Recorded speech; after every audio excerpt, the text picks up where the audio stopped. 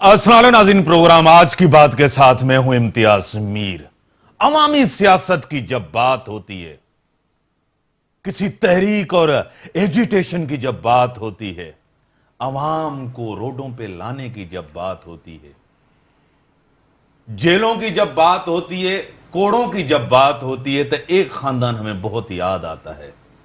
उनकी सियासत हमें बड़ी याद आती है और वो है भुट्टो खानदान।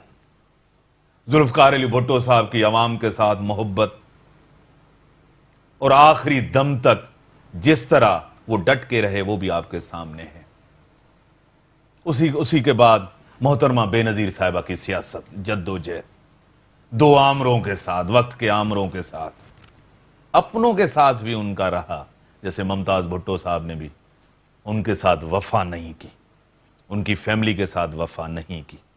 मुश्किल वक्त में जब बीबी साहिबा थी, नुसरत भुट्टो साहिबा, जब वो अकेले थे, तनतना थे, जनरल से लड़ रहे थे, डिक्टेटर से लड़ रहे थे, तो वो अकेली थी, निहत्ती लड़की थी। जैसे हबीब जालिब ने कहा था, निहत्ती लड़की। आज अवामी सियासत हमें नजर नहीं आती। अवाम खामोश है, चुप है। मुफादात की सियासत है, कुर्सी की सियासत है और अपने बचाने की सियासत है। अवाम की सियासत नजर नहीं आ रही। 27 दिसंबर बड़ा अफसोसनाक वाकया रहा है। 11 साल हो गए। लोग सवाल करते हैं, ये जवाब मांगते हैं। यूएनओ कमीशन से लेकर कितनी रिपोर्ट्स बनी, लेकिन इंसाफ नहीं हुआ। आज की सियासत, आज की गवर्नेंस, आज की सूरत हाल, आज की पीपल्स पार्टी, आज की सियासी जमातें और बिलावल भुट्टो साहब, उसको वक्त ने, टाइम ने कितना मौका दिया, वो वक्त चला गया। Timing it is a very important in politics. क्या अभी भी उनको वक्त है? इसी के ऊपर अपने स्टूडियो में दाव दिया। नाहिद खान साहिबा पॉलिटिकल सेक्रेटरी रही हैं, बेनजीर भुट्टो साहिबा के एमएनए रह चुकी हैं, बड़ी करीब रही हैं, आखिरी वक्त तक उनके साथ रही हैं और सीनियर रहनुमा पाकिस्तान पीपल्स पार्टी में आपको वेलकम करता हूँ अपने प्रोग्राम में। उसी के साथ डॉक्टर सफदर अब्बासी साहबा सेनेटर हैं पाकिस्तान पीपल्स पार्टी के, अभी पीपी वर्कर्स के सदर हैं, जीडीए के रहनुमा है, उससे तहत में इनका बड़ा किरदार था। डॉक्टर साहब मैं आपको वेलकम करता हूं अपने प्रोग्राम में। नाहिद खान साहिबा, बीबी के दौर की सियासत और आज के दौर की सियासत और आज के दौर की पीपल्स पार्टी, उस दौर के पीपल्स पार्टी में फर्क है, बहुत फर्क है। मीर साहब, बीबी के दौर में तो सियासत होती थी, आजकल तो मफाद परस्ती है। सियासत वो होती है जिसमें आप आवाम की बात करते हैं, आवाम की पल्स पे आपका हाथ होता है, आवाम के साथ आपकी आइडेंटिफिकेशन होती है, आवाम के इश्यूज़ को आप उठाते हैं, आवाम की दुख और सुख में उनके साथ शरीक होते हैं। अभी कौन सी सियासत की आप बात करें? आप बीबी के दौर को और आज के दौर को तो यानी कंपेयर नहीं कर सकते ना। एक सियासी लीडर थी, she was leading the party. आज पार्टी, दो पार्टी के अंदर लीडर हैं, एक जरदारी साहब लीडर बने हुए हैं, एक बिलावल को चेयरमैन बनाया गया है। एक घर के अंदर दो पार्टियां चल रही हैं। कौन सी पार्टी का कौन सा लीडर है, किसके लोग सुने, किसकी ना सुने, अजीब है। पार्टी के स्ट्रक्चर्स कोई नहीं है। पार्टी की जिस तरीके से बीबी पार्टी को चलाती थी, एक पूरा स्ट्रक्चर था, ऊपर से लेके सेंट्रल एग्जीक्यूटिव से लेके नीचे तक एक स्ट्रक्चर होता था। आज वो कोई स्ट्रक्चर नहीं है पार्टी के अंदर। आज मुल्क के अंदर कोई भी सियासी जमात है वो अवामी नहीं रही, अवाम के इश्यूज पे पॉलिटिक्स नहीं कर रही। जमहूरी तो कहते हैं, वोट तो लेकर आते हैं, लेकिन उनकी डिलीवरेंस नहीं है अवामी। देखिए मीर साहब, मैं समझती हूँ कि बीबी की शहादत का जो सबसे बड़ा नुकसान इस मुल्क के पॉलिटिकल सिस्टम को हुआ है। पीपल्स पार्टी को नुकसान हुआ, इस मुल्क को नुकसान है, लेकिन मैं समझती हूँ कि जितना पॉलिटिकल पार्टीज़ को या इस मुल्क की पॉलिटिक्स को जितना नुकसान हुआ है कि आज आपके अंदर, मुल्क के अंदर कहीं ढूंढने से भी ना कोई नेशनल लीडर नज़र नहीं आता। मैं माजरत चाहूँगी, अगर लीडर जो अपने आप को कहते हैं वो लगता है कोई डिस्ट्रिक्ट का लीडर है, कोई डिवीज़न का लीडर है या कोई अपने हल्के का लीडर है। बीबी की एक कदावर शख्सियत थी, एक करिश्मा था, एक विजन था, एक सोच थी उसकी, उन्होंने लीडरशिप की में एक क्वालिटीज़ थी।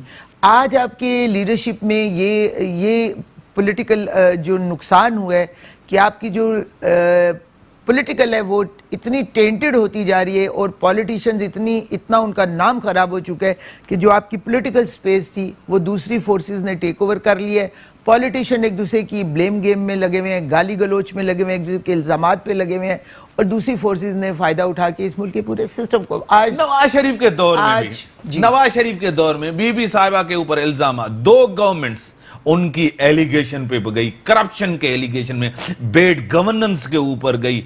उस दौर में भी तो ये चीजें होती थी, उस दौर में भी तो इल्जामात होते थे। उस टाइम भी ये नवाज शरीफ, ये नू लीग बीबी के ऊपर जाती इल्जामात लगाते थे।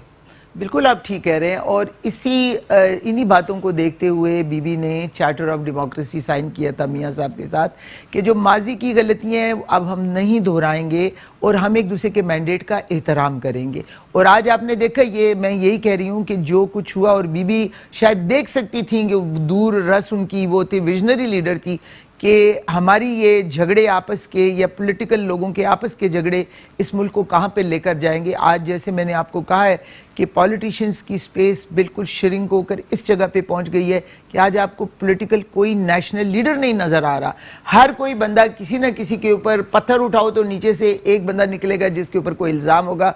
कोई पॉलिटिकल बंदा नहीं है जो दूसरे पे इल्ज़ाम नहीं लगाता। हर कोई सिवाय इधर से उधर, उधर से उधर। अवाम मुझे ये बताएं इस मुल्क के क्या कर रहे हैं? अवाम भूखे मर रहे हैं, महंगाई बढ़ती जा रही है, लोगों को खाने को रोटी नहीं मिल रही, लोगों के बच्चों की तालीम नहीं है, सेहत की सहूलतें इस मुल्क के अंदर नहीं है। लेकिन हमारी जो ब्लेम गेम है एक दूसरे के साथ, एक दूसरे को करप्ट साबित करना, ये हमारा एक मोटो बन गया है जिसमें हम मुल्क को ऐसे टर्मोइल की तरफ ले जा रहे हैं जिसका हल इन कम से कम जो लीडर इनसे नहीं निकलता। इस वक्त मुल्क को जरूरत थी बेनजीर भुट्टो जैसी ज़िरक सियासतदान की, एक विजनरी सियासतदान की, एक जिसका कैलिबर था, जिसका एक कैपेसिटी थी कि वो इन चीजों को लेकर आगे मुल्क को निकाल सकती थी इस टर्मोइल। ठीक है डॉक्टर साहब, आज भी वही चीजें हो रही। हमेशा सियासतदान को एस साहब के नाम पे इंतकाम किया गया। बीबी साहिबा, उसके दौर, उसकी गवर्नमेंट्स, उनकी सब चीजें आपके सामने थी। सियासतदानों को हमेशा गंदा करके अवाम के सामने पेश किया गया। करप्शन, इल्जामात, सबकी सियासत। आज भी वही हो रहा है। आज गैर जमहूरी कुव्वतें जमहूरी कुव्वतों को बदनाम करने में कामयाब गई हैं। मेरी साहब बात यह है कि जो फ़र्क था ना, तफरीक, मैं समझता हूँ कि पाकिस्तान जब से बना है तो हमने पाकिस्तान के तो बड़े कदावर लीडर देखे हैं और ये जो लड़ाई गैर जमहूरी और जमहूरी क़ुव्वतों की ये बड़ी लंबी अरसे से चल रही है। प्रॉब्लम कहाँ आया, मैं समझता हूँ कि वहाँ आया जब 2007 में मोहतरमा की शहादत हुई। उससे पहले ठीक है इल्ज़ामात लगते थे, लेकिन उनकी जो करिस्मेटिक पर्सनैलिटीज़ थी, मतलब भुट्टो साहब की थी, और भुट्टो साहब के ख़िलाफ़ जितने सियासतदान थे हम उनसे डिफ़र कर सकते हैं, हम उनसे सियासी नज़रिए के तौर पर उनसे डिफ़र कर सकते हैं, लेकिन बहुत बड़े कदावर लोग उस सारे इराक़ के अंदर रहे। और फिर मोहतरमा के साथ भी नवाज़ नसरुल्लाह खान साहब जैसे लोग, खान अब्दुल वली खान जैसे लोग, या प्रोफेसर गफूर जैसे लोग, ये जो थे ये मुख्तलिफ सियासी जमातों में मुख्तलिफ ख्यालात के लोग थे, लेकिन ये कि बड़ी कदावर शख्सियतें थी। प्रॉब्लम ये हुआ कि 2007 में जब मोहतरमा बेनज़ीर भुट्टो साहबा की शहादत हुई है तो एक नेशनल लीडर हम गंवा बैठे। उसके बाद जो सूरत है वो बिल्कुल तब्दील हो गई, इसलिए कि अब रेजिस्टेंस नहीं रहा, अब कॉम्प्रोमाइज़ ज़्यादा हो गए, रेजिस्टेंस कम हो गया। मियाँ साहब ने ज़रूर कोशिश की इस लड़ाई को लड़ने की, लेकिन मियाँ साहब के हथियार ही कोई नहीं थे, इसलिए कि उनकी पार्टी के अंदर कोई ऐसा बंदा ही नहीं जो उनके साथ खड़ा हो।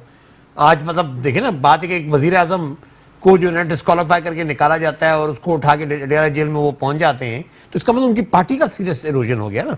हमें यहाँ पर ये देखना है कि ये जो नेशनल लीडरशिप की कमी है और ये जो पॉलिटिकल जो स्पेस श्रिंक हो रही है, इसका क्या जवाब हो सकता है। इसमें जो है मैं बारहा कह चुका हूँ कि अब मैं समझता हूँ कि इंडिविजुअल्स जो हैं उनको अपना एहतसाब या उनका अपना हिसाब किताब देना होगा। अगर आप नहीं देते तो अवाम उसको एक्सेप्ट नहीं करते। क्या डॉक्टर साहब, बीबी साहिबा ने अपने दौर में सियासी कंप्रोमाइज नहीं किए? बेशक किए, लेकिन कहने का मकसद यही है, बेशक किए, लेकिन कहने का मकसद बुनियादी तौर पे मेरा वही बनता है कि उनकी जो लीडरशिप में इतना पॉलिटिकल कैरिस्मा था कि उनको कैरी थ्रू कर सकती थी। यानी कि आज उनसे हिसाब नहीं करता था। नहीं, अवाम ने सब अवाम के मफादात के खिलाफ, अवाम के मफादात के खिलाफ कभी उन्होंने नहीं किया, अपनी सियासी सोच और नजरिए के खिलाफ कोई उन्होंने कॉम्प्रोमाइज नहीं किया। हाँ, वक्ती तौर पे एक होता है कि आप एक कदम आगे बढ़ाते हैं, एक पीछे उठाते हैं, लेकिन उनके अंदर इतनी कैपेसिटी थी कि वो उस चीज को कैरी कर सकते हैं। भुट्टो साहब के मुखालफिन, अब जो प्रॉब्लम उनके साथ बैठना पड़ा उनको, बेशक बैठी, क्या कमजोरी थी, क्या चीज। मैं आपको जो बताने की कोशिश कर रहा हूं कि अगर कोई सियासी सिस्टम के अंदर, क्योंकि देखें पाकिस्तान के अंदर माशाल्लाह कोई पहली दफा तो नहीं लगे ना, माशाल्लाह लगते चले आ रहे हैं। अपने अयूब खान का माशाल्लाह लगा, ज़िया-उल हक का माशाल्लाह लगा, मुशर्रफ का माशाल्लाह लगा। प्रॉब्लम सिर्फ ये था कि उस वक्त की जो सियासी क़यादतें थी वो टेंटेड नहीं थी, उनके ऊपर कोई इल्जामात ऐसे संगीन किस्म के नहीं थे जिसकी बुनियाद पर हम कह सकते हैं कि भाई ये लोग सियासत से आउट हो जाए। आज प्रॉब्लम ये है कि सियासतदानों के ऊपर अवाम का एतमाद खत्म हो चुका है। बीबी के ऊपर इल्जाम नहीं था तो जरदारी साहब के ऊपर तो था ना, बीबी के दौर में बीबी के साथ होता था। लेकिन कहने का क्या समझते क्या थे तो लोग, बीबी को पता नहीं है कि आसिफ जरदारी साहब के ऊपर करप्शन के इल्जाम है। ब्रेक के बाद ब्रेक का टाइम, ब्रेक का टाइम और ब्रेक के बाद आता। वेलकम डॉक्टर साहब, बीबी साहबा को पता नहीं था, लेफ्ट राइट जो लोग हैं, करप्शन हो रही है, इल्जामात हैं मेरी गवर्नमेंट के अंदर, इनके ऐसे कारनामे नहीं जिसकी रीजन बनी बीबी की हुकूमत गई। डॉक्टर साहब कैसे हो सकता है, बीबी को पता नहीं। देखिए बात यह है कि इल्जामात लगे, उसको फेस किया। मोहतरमा बेनज़ीर भुट्टो साहबा खुद स्विस कोर्ट्स में जाके पेश हुई, ठीक है, सारी चीज़ों को उन्होंने फेस किया। मैं जहाँ पे आके कर रहा हूँ कि इल्जामात सब अपनी जगह थे। वो बिल्कुल सही बात है जरदारी साहब की कि वो प्रूव नहीं हुए, ठीक है, प्रूव नहीं हुए या प्रोसिक्यूशन प्रूव नहीं कर सकी। यहाँ आके प्रॉब्लम आता है कि ठीक है प्रूव नहीं हो सकी, और मोहतरमा बेनज़ीर भुट्टो साहबा की पर्सनैलिटी शायद ऐसी थी कि वो उन तमाम चीज़ों को फेस करके गई, खुद फेस करके गई।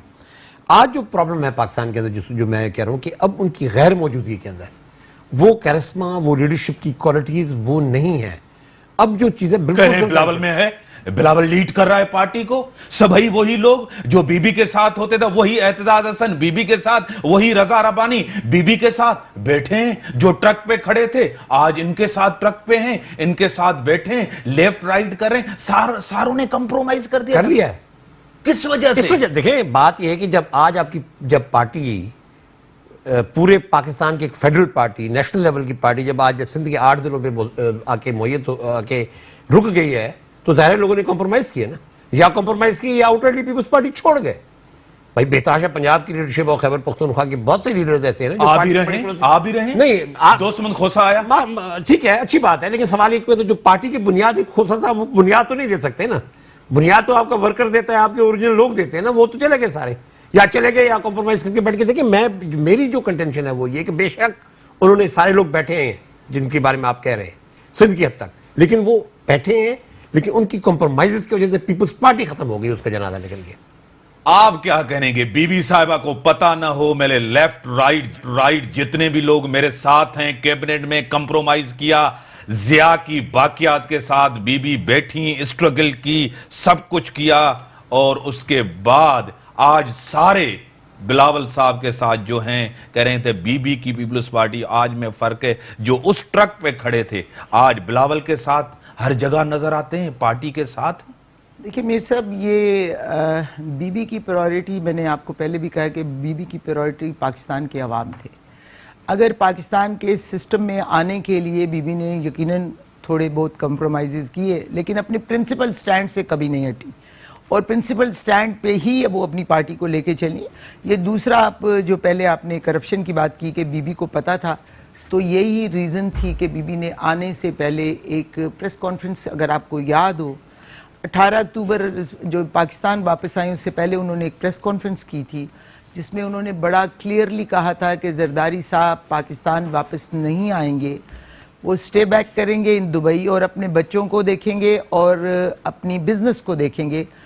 बाज़ बातें क्लियरली की जाती हैं, बाज़ इनडायरेक्टली की जाती हैं, और ये बात, यही मैसेज उनको दिया गया था कि आप बराए मेहरबानी, अब बीबी की पॉलिटिक्स, वो नहीं चाहती थी कि बीबी की पॉलिटिक्स में जरदारी साहब एक छोटा सा कोई इंटरफेरेंस। ठीक है, आपने ये चीज की, फिर विल के अंदर देखिए मैं विल पे कोई तबसरा नहीं, मैं आपको बता रहा हूं, मैं आपको एक तरफ आपने कहा कि जरदारी साहब को। मीर साहब मेरी बात सुने, मैं इस बात की वो हूं कि बीबी यानी छोटी छोटी बातें मुझसे शेयर जरूर करती थी, लेकिन ये वाहिद विल वाली बात है जो उन्होंने मुझसे कभी शेयर नहीं की, इसलिए मैं विल पे तबसरा इसलिए नहीं करती कि विल का मुझे पता नहीं है। मैं ऐसे मुखालफत बराए मुखालफत में नहीं आना चाहती। जेन्युइन है या सही है? मैं क्या कह सकती हूँ, ये जिन्होंने विल निकाली है या जिनके ये कोई इन्वेस्टिगेशन होनी चाहिए थी ना, बात ये है कि विल, मैं कहती हूँ चलो विल थी, चलो मैं फर्ज कर लें, लेकिन क्या विल के मुताबिक पीपल्स पार्टी, उन्होंने तो कहा वक्ती तौर पे, उसमें तो कभी नहीं बीबी ने लिखा कि परमानेंटली जरदारी साहब उसके, उन्होंने कहा कि फॉर द टाइम बीइंग, अगर बकौल इनके के ये विल थी कि फॉर द टाइम बीइंग, तो फॉर द टाइम बीइंग तो एक दिन भी हो सकता है, आधा घंटा भी हो सकता है, 3 दिन भी हो सकता है कि अंटिल के फेडरल काउंसिल या सेंट्रल एग्जीक्यूटिव कमेटी मिले और आज बिलावल के पास पार्टी है पूरी, वही डिसीजन ले रहे हैं इस वक्त। बिलावल ने, आई एम सॉरी, बिलावल के पास कोई पार्टी नहीं है, पार्टी अभी भी जरदारी क्या बिलावल साहब यरगुमाल हैं? मेरी कंट्रोल में है? मेरी बात सुने मीर साहब, नौजवान पढ़ा लिखा, ट्राई टू अंडरस्टैंड, वो बिल्कुल नौजवान है, बीबी का बेटा है, उसकी पेडिग्री है, भुट्टो साहब का नवाजा है, लेकिन आज भी पार्टी की रेंज जरदारी साहब के पास है, उनकी खानदान के पास है, उनके पूरा बिलावल को सिर्फ एक सामने रखा गया है। बिलावल के पास कोई डिसीजन मेकिंग पावर नहीं है। मैं जानती हूँ किस तरह पार्टी रन की जा रही है। आज भी क्यों जरदारी साहब के पास जाते हैं टिकट होल्डर? आज जरदारी साहब पार्लियामेंटेरियन के सदर हैं, बिलावल तो पीपल्स पार्टी है। बिलावल ने खुद टिकट जरदारी साहब से लिए, तो कौन सी पार्टी का अवसर बना है? पार्टी का टिकट वो पार्लियामेंटेरियन के बिलावल लड़े हैं। एक घर में 2 पार्टियां चल रही हैं, एक घर में 2 लीडर हैं, किसकी लीडरशिप को लोग मानेंगे? आप दोनों नजरियाती हैं, डॉक्टर साहब भी नजरियाती, आप भी नजरियाती, क्या दूसरे जो बैठे हैं क्या वो नजरियाती नहीं रहे? उनको आप नजरियाती नहीं कहेंगी? नहीं। जो पीपल्स पार्टी में माइनस आप 2 हैं, बाकी जितने उनके साथ, वो नजरियाती नहीं है? नहीं, मैं नहीं कहती किसी को भी, मैंने कभी किसी के लिए नहीं कहा कि ये नजरियाती नहीं है, लेकिन मफादात, जरदारी साहब के बैठे हैं, आप उनको क्या अपने अपने मफादात है ना, उन्होंने अपने मफादात के लिए उनके साथ कॉम्प्रोमाइज किया। बीबी के साथ बेवफाई की, बीबी के नजरिए के साथ बेवफाई की। उनके पास क्या चॉइस थी? बीबी के नजरिए के पास, अगर वो बीबी के नजरिए के साथ चलते तो फिर जैसे हम 2 हैं ऐसे वो तीसरे चौथे हो जाते हमारे साथ। लेकिन उन्होंने अपने मफादात को तरजीह दी, उन्होंने सीटों को तरजीह दी, उन्होंने सेनेट की, नेशनल असम्बली की, प्रोविंशियल असम्बली की सीटों को तरजीह दी, अपने मफादात का सौदा किया उन्होंने। किसी को आप वो नहीं कह सकते कि वो नजरिया उनका खत्म हो गया, लेकिन जब आप अपने प्रिंसिपल स्टैंड से हटते हो, अपने मफादात का सौदा करते हो, तो फिर आपके ऊपर क्वेश्चन मार्क तो होते हैं। क्या डॉक्टर साहब आप कह रहे हैं कि आप भी उनको नजरियाती नहीं समझते, आप भी उनको मुफाद परस्त समझते हैं, मौका परस्त समझते हैं? देखिए बात है कि देखिए, एक हमने किसी के बारे में आज तक किसी ये बात नहीं की कि भाई कोई नजरियाती नहीं है, ठीक है, सब दोस्त हैं। हम तो सिर्फ ये कहते हैं कि जब वक्त था आवाज़ उठाने का, इस चीज़ से बचने के लिए, जो आज पीपल्स पार्टी जहाँ की खड़ी हुई है, इससे बचने के लिए जब एक आवाज़ उठाने का वक्त था, उस वक्त उन्होंने आवाज़ नहीं उठाई। उस वक्त उन्होंने अपनी अपनी सीटों को देखा, अपनी अपनी मेमोरी को देखा, अपनी अपनी मशीर थे या वजीर थे उसको देखा, उन्होंने वो आवाज़ नहीं उठाई जो उनको आवाज़ उस वक्त उठानी चाहिए थी। इसके सब जिम्मेदार है। वो कह रहे हैं हमें पार्टी बचाइए। पार्टी पार्टी खत्म हो जाती है। किधर है? सिंध में पार्टी कर दिए, बचाइए। किधर है मौके पार्टी? भी है। मेरी बात, सॉरी भाई, एक पाकिस्तान पीपल्स पार्टी को सिंध की पार्टी है, एक नेशनल पार्टी थी ना, फेडरल पार्टी थी ना, जिसके पूरे पाकिस्तान के अंदर जड़ें थी। आज बलूचिस्तान के अंदर आपका एक काउंसलर नहीं है, माजरत के साथ। एक शायद हब में काउंसलर है पीपल्स पार्टी का, वो भी पता है किससे बेचारा जीता है। सर इस गैर जमहूरी कुव्वतों ने उनके साथ, सॉरी मैं माफी चाहता हूं, गैर जमहूरी कुव्वतों के साथ तो आपने खुद कंप्रोमाइज किया है यार। जरदारी साहब किस तरह बने? जरदारी साहब मुशर्रफ के साथ बातचीत करके जो ना उनको हुकूमत मिली, बीबी साहब बैठे रहे मुशर्रफ के आई थी। मेरी बात सुने, मुशर्रफ के साथ बैठे एनआरओ करके आई थी। मुशर्रफ के साथ बीबी ने एनआरओ जो भी किया ना सर, सुनिए मेरी बात, जमहूरियत के लिए सुने, बीबी ने जो एनआरओ किया उसके बाद वो क्या कह रहे हैं कि भाई ये कोर्ट्स के ऊपर है, वो डिसाइड करो। एक लॉ था ना, एक लॉ था, उसके उन्होंने क्या कह रहे हैं कि जी कोर्ट जो भी डिसाइड करते हैं मुझे कबूल है। ये दबा नहीं है पीपल्स पार्टी के ऊपर, कोई दबा नहीं, बिल्कुल दबा नहीं। मैं एनआरओ को बिल्कुल क्लियर कट अंदाज में डिफेंड करूंगा। वो एक वक्ती ऑर्डिनेंस था 120 दिन का, उसको 120 दिन तक ही नाफिज होना था, और हम ये समझते हैं कि वो जरूरी था मोहतरमा बेनजीर भुट्टो साहबा की पाकिस्तान में वापसी के लिए। अब मुशर्रफ ने यूनिफॉर्म उतारा है, इलेक्शन हुए मुल्क के अंदर, उसके बाद वो क्या कर रहे हैं कि अगर सुप्रीम कोर्ट इसको कबूल नहीं करती और इसको जो ना खत्म करती है तो ठीक है, खत्म कर दे, हमें क्या है। मैं तो केसेस फेस करूंगी, वो तो पहले भी कह रही थी, आने से पहले भी, जब एनआरओ से पहले वो कह रही थी कि अगर वो चाहते हैं कि हम केसेस को फेस करें, मैं केस को फेस करूंगी। ठीक है, उनकी तो डिमांड ये थी कि जी आप जो 3 दफा आपने पाबंदी लगाई हुई है प्राइम मिनिस्टरशिप पे, वो आप खत्म करें।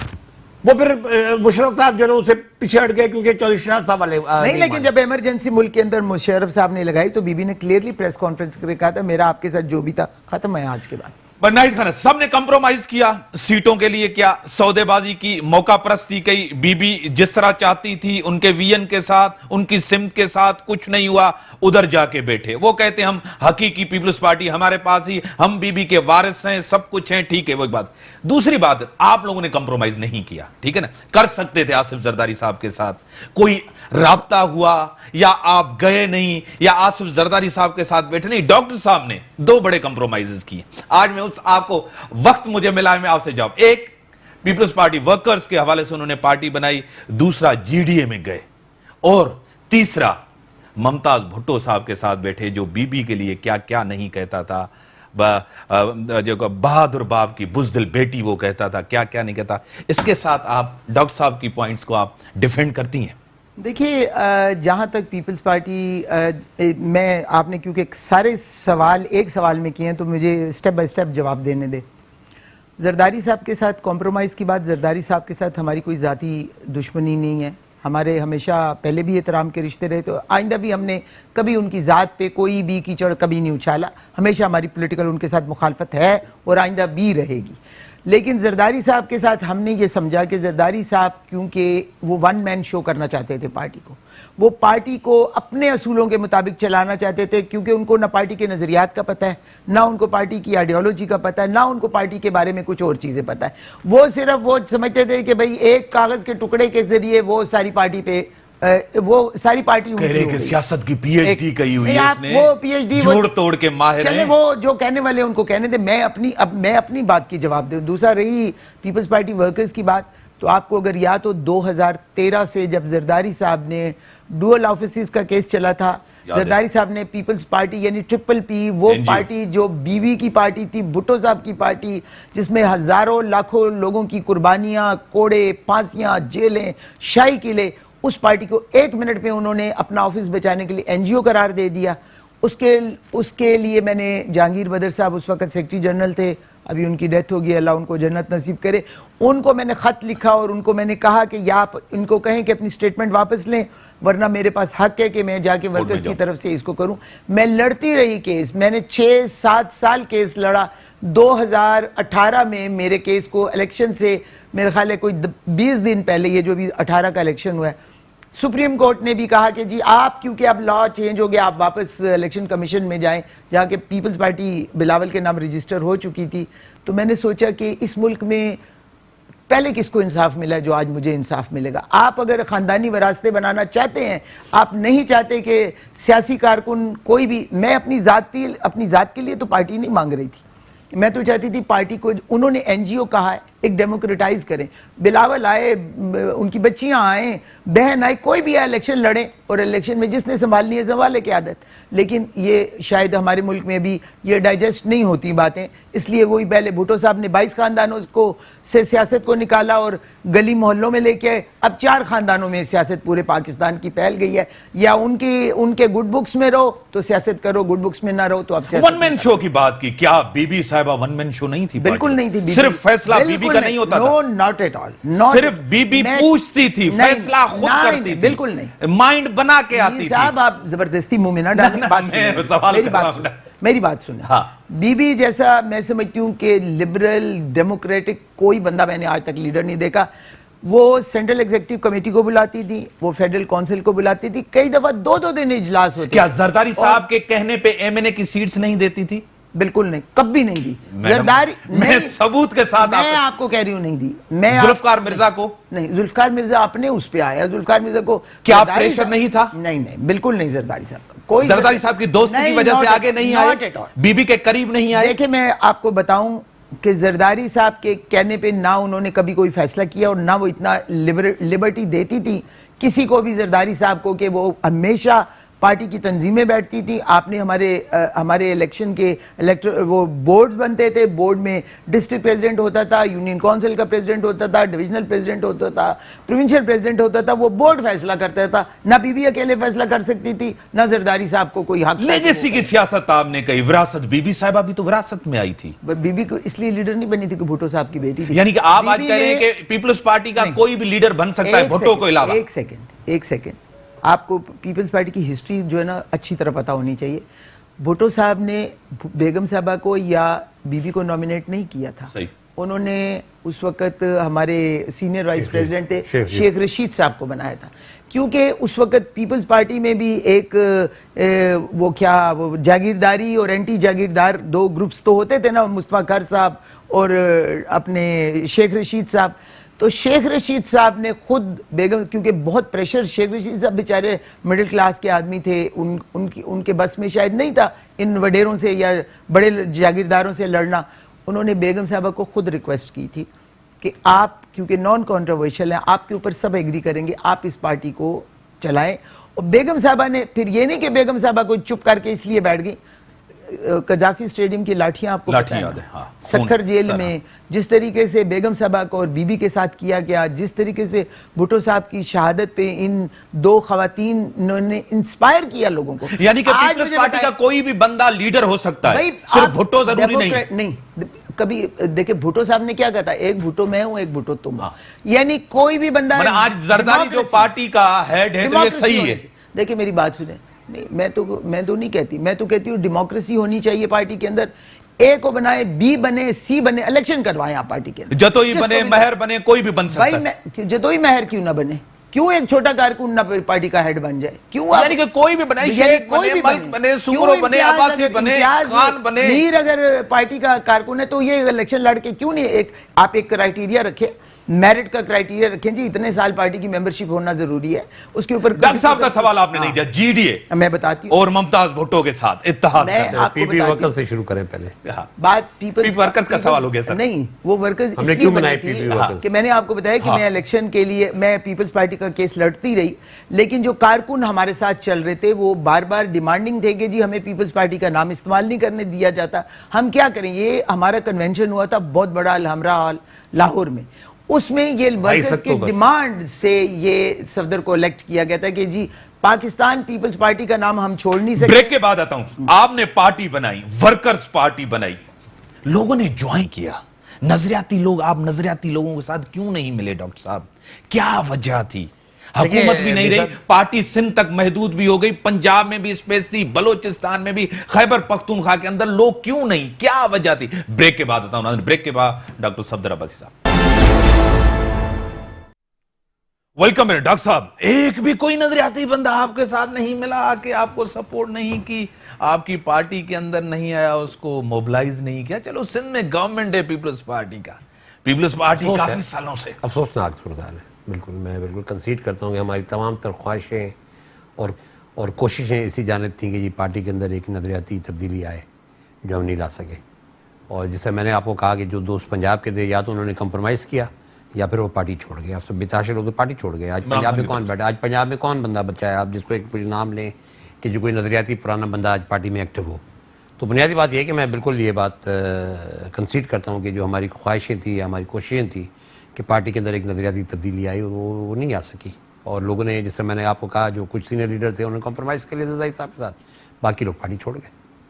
और दूसरा, सिंध के अंदर मुतबादिल नहीं बन सका, जीडीए मुतबादिल बन गया था, लेकिन इस दफ़ा मेरी नज़र में देखें, बात ये कि इलेक्शन से 5 दिन पहले ये तो सारे मरे पड़े थे, जो कहते हैं जी हम पीपल्स पार्टी के बहुत बड़े सुतून है, तो मरे पड़े थे। इनको तो समझ ही नहीं आ रही थी कि इनके से बहुत से लोग तो विड्रॉ करने को तैयार थे कि हमारी जान छोड़े, इलेक्शन हमारी, क्योंकि कोई कहीं जा नहीं सकते थे, कहीं बैठ नहीं सकते थे।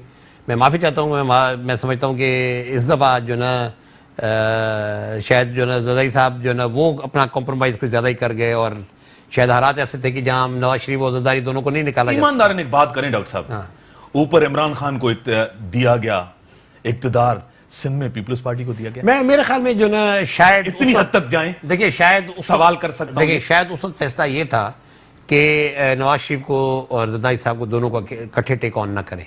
एक उन्होंने टेक ऑन कर लिया, वज़ीर आज़म हाउस से वो अडियाला जेल पहुंच गया, कल भी पता नहीं कि उनका क्या बनेगा।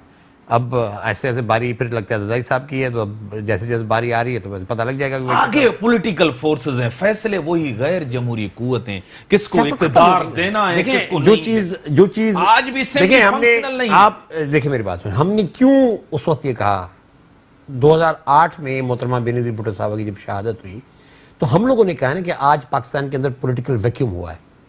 मेरी नज़र में तमाम सियासतदान ये समझ नहीं सके कि मोहतरमा बेनज़ीर भुट्टो साहबा के शहादत के बाद या उनकी दुनिया से जाने के बाद प्रॉब्लम्स क्या होंगे हमारे लिए।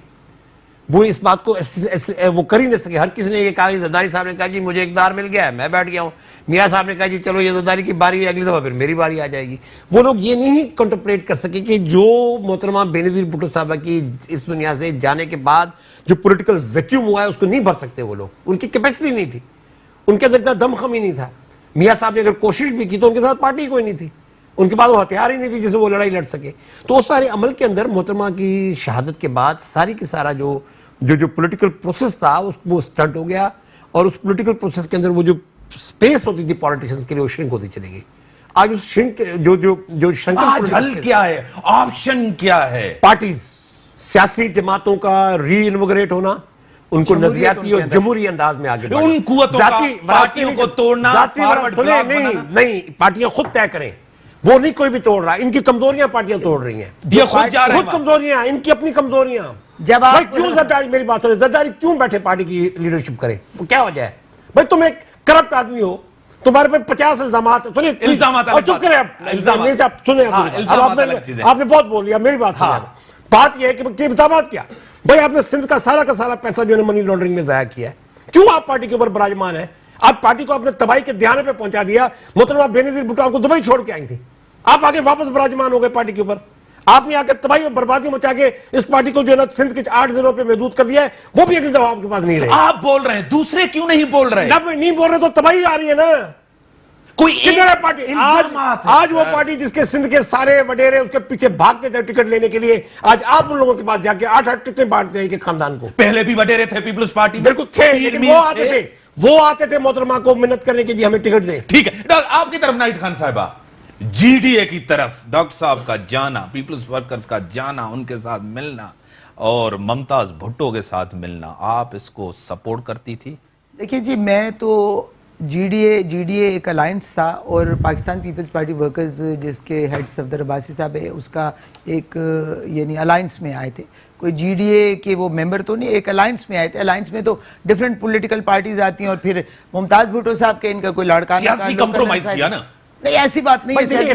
फिर आपने तो सियासी कॉम्प्रोमाइज उनके भी नहीं करे, उन्होंने तो किए, उनको तो जिन लोगों को बेनज़ीर भुट्टो साहब खुद नॉमिनेट करके गई हैं, उन लोगों को आपने सारी वो दी है। बात ये होती है कि सियासत में ये जो कॉम्प्रोमाइज किसने क्या किया, किसने क्या नहीं किया, ये एक जीडीए के प्लेटफॉर्म थे। जीडीए किसके साथ चलता है, किसके साथ नहीं चलता, ये तो एक अलायंस का एक कंपोनेंट थे। बीबी के दुश्मनों के साथ मिलना ये तकलीफ दे अमल नहीं है अवाम के लिए। देखिए बीबी आप लोगों का कोई और मिले छोड़ दे। नहीं देखिए, आप वारिस हैं बीबी साहब के, पूरा पाकिस्तान वारिस है। मेरी बात सुनिए, दुश्मन क्यों भाई? आप क्या क्राइटेरिया बनाते हैं दुश्मनी का?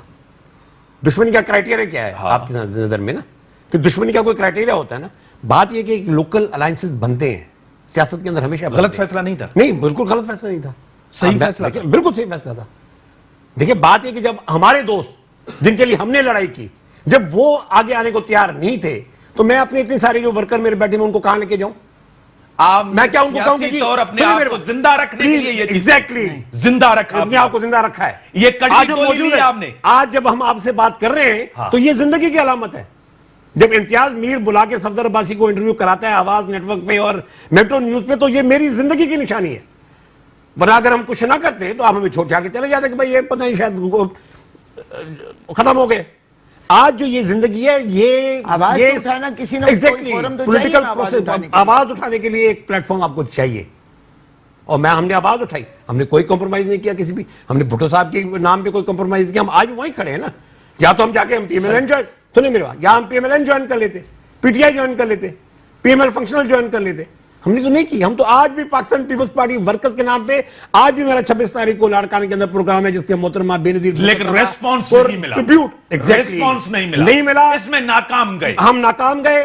और उसके कॉरोलरी में ये हुआ कि आज पूरी की पूरी पाकिस्तान की पॉलिटिकल स्पेस श्रिंक हो चुकी है। आज पूरी की पूरी पार्टी तबाही और बर्बादी का यानी कि शिकार है। कोई पार्टी, कोई लीडर, नाहिद खान साहिबा, इस मुल्क के अंदर नेशनल लीडरशिप नहीं है, नेशनल पार्टी नहीं है इस मुल्क के अंदर। नहीं है, बिल्कुल नहीं है। अवाम मायूस है, कैटेगोरिकली कह रही हूं, नहीं है। अवाम बेयारो मददगार, अवाम बेयारो मददगार है। अवाम को आपने इन मसाइल में उलझा दिया है, ऐसे मसाइल में उलझा दिए कि अवाम अब पॉलिटिकल लोगों की शक्लें भी देखने से बेजार हो गए हैं।